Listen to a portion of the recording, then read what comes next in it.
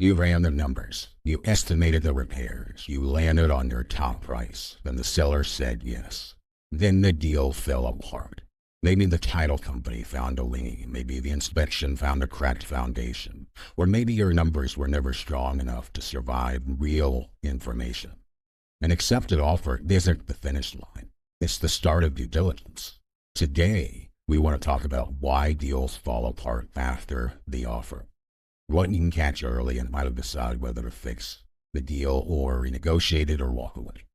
When you're new, getting an offer accepted feels like a victory. You spent weeks finding leads, pulling comps, estimating repairs. Then the seller says yes, and that moment creates a dangerous shift. You stop investigating the property and start protecting the deal. But an accepted offer doesn't fix the title, shrink the repairs, guarantee financing, or make the market support your resale number. Your job now isn't to prove you were right. It's to test whether the deal still works. The same property from earlier videos, renovated value around $275,000, repairs around $60,000. After every cost, the number that works is near $131,500. The seller agrees to $130,000. It looks good. Now it moves into due diligence, where weak deals break. If I'm reviewing this, I assume at least one number moves before closing. Inspection, title, insurance, something. That's not a bad deal. That's the first pass based on limited information. A strong deal survives normal changes. A weak deal only works if every estimate lands perfectly. So reason one, the property was worse than you thought. The walkthrough shows an old roof and a dated kitchen. Then inspectors find structural movement, a dead sewer line, mold, bad wiring, a failed septic system. Say your repair estimate was $60,000. After real bids, it's $82,000. That's a $22,000 swing. The property didn't get worse after the offer. You just know about it now. The question is whether the deal still works at $130,000. Here's the first lesson. Due diligence doesn't destroy good deals. It exposes weak assumptions. Update the analysis instead of blaming the inspector. Grab their free seminar survival guide in the description below. It shows you how simplified examples make deals look safer on a stage than they are on a closing statement.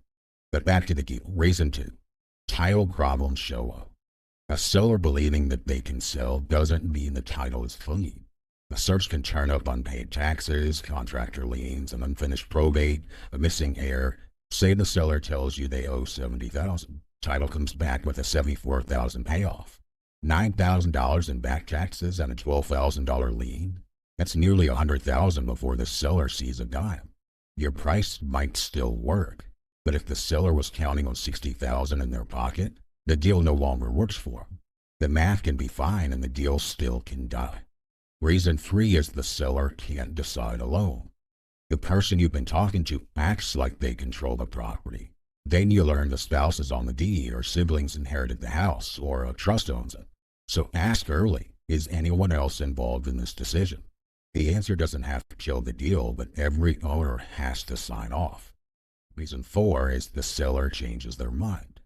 Sellers reconsider. It happens all the time. They get another offer. They talk to a family. They realize the net check is smaller than they pictured. It doesn't mean they were being dishonest. Selling a family house is emotional.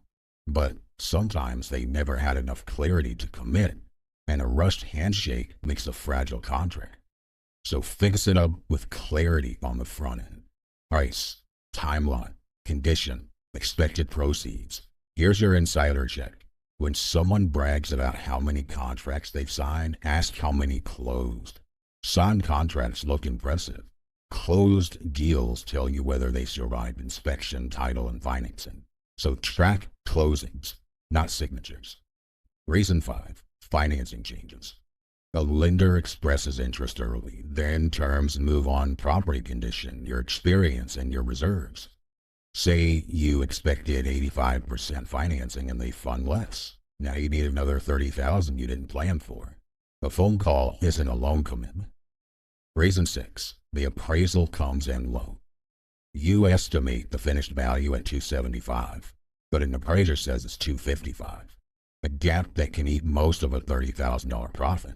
So don't dismiss it on reflex. Check the comps. You can push back on an appraisal, but only with better evidence, not because you need the higher number. Reason 7, the timeline expands. Every extra month adds cost, so plan for 6 months, and closing slips, permits drag, construction runs over, and now sits 45 days. A 6-month project becomes 10, with extra months of interest and taxes eating your margin. Test holding costs against the slow scenario before you buy. Reason 8, insurance becomes a problem. Insurance looks like paperwork until it blocks the closing. Vacancy, roof age, or a flood zone can make coverage expensive or impossible, and a lender won't fund without it. So don't wait until closing week to find out. Reason 9, you never verified the exit. You knew how to buy it. You never confirmed how you'd get out. Plan to flip, then buyers want more bedrooms than it has. Plan to rent, then market rent comes in lower than model. Test the exit before you close. Buying is only the first transaction. Now, reason 10, you got emotionally committed. This one gets talked about the least. You start running the deal too badly. You've told friends, paid for inspections, spent the profit in your head. Walking away feels like losing, but a $700 inspection that finds a $40,000 problem didn't cost you $700. It saved you from a much bigger loss. Don't spend $40,000 defending the $700 you already spent. Now back to our property. The seller accepted $130. Then due diligence hits. Repairs jump to $75,000. Liens run to $6,000 higher. The insurance costs more, and a new comp points to $268, not $275. That's over $25,000 off the projected profit. The deal may not work at $130,000 anymore. It's not dead, but the price needs a second look. Once due diligence changes the picture, you've got 4 moves. Continue as agreed. If the new information is minor, don't renegotiate every small thing just because you can. Renegotiate if verified facts materially change the economics. Real repair overages, a lower value, serious title costs. A new number comes from facts, not from squeezing the seller. Change the plan. If it still works under a different exit, fewer finishes, a hold instead of a flip. Walk away. If the title's a mess, repairs blow past your margin, where the value can't support the plan, a dead deal protects your capital for the next one. Say repairs rose $15,000 and value dropped $7,000. You might say after the inspection and the updated comps, this needs more work than we thought, and the supported value is a bit lower. Based on the real numbers, I'd need to adjust the price for this to still work. I can walk you through exactly what changed, and I understand if the new number isn't right for you. That explains the change, ties it to evidence, and leaves the seller room to decide. Don't manufacture problems to justify a lower price. Here's my rule. If I'm asking a seller to take less, I should be able to name the verified fact that changed since we agreed on the price. If I can't, I'm not adjusting the deal, I'm just trying to win. And deals fall apart after the offer because repairs run over, or title problems surface, a hidden owner shows up, the seller reconsiders, financing shifts, the value comes in low, the timeline stretches, or you got too attached to let the facts talk. Your goal isn't to stop every deal from failing, it's to find the problems while you still have options. The investors who last measure success by properties that still make sense once the facts are in. Before you close, ask, what have I actually verified? What's still a guess? And am I moving forward because the numbers work? Or because I don't want to lose the deal? Those questions keep an accepted offer from turning into an expensive lesson. Once verified information changes your numbers, the next decision is how you renegotiate. And that's in the next video. How investors renegotiate a deal when the numbers change. So watch that one next. Grab the free seminar survival guide in the link in the description below. It'll help you spot how pressure and rosy projections make deals look more certain than they are. And as always, subscribe to Seminar Insider for real estate education without the seminar pitch.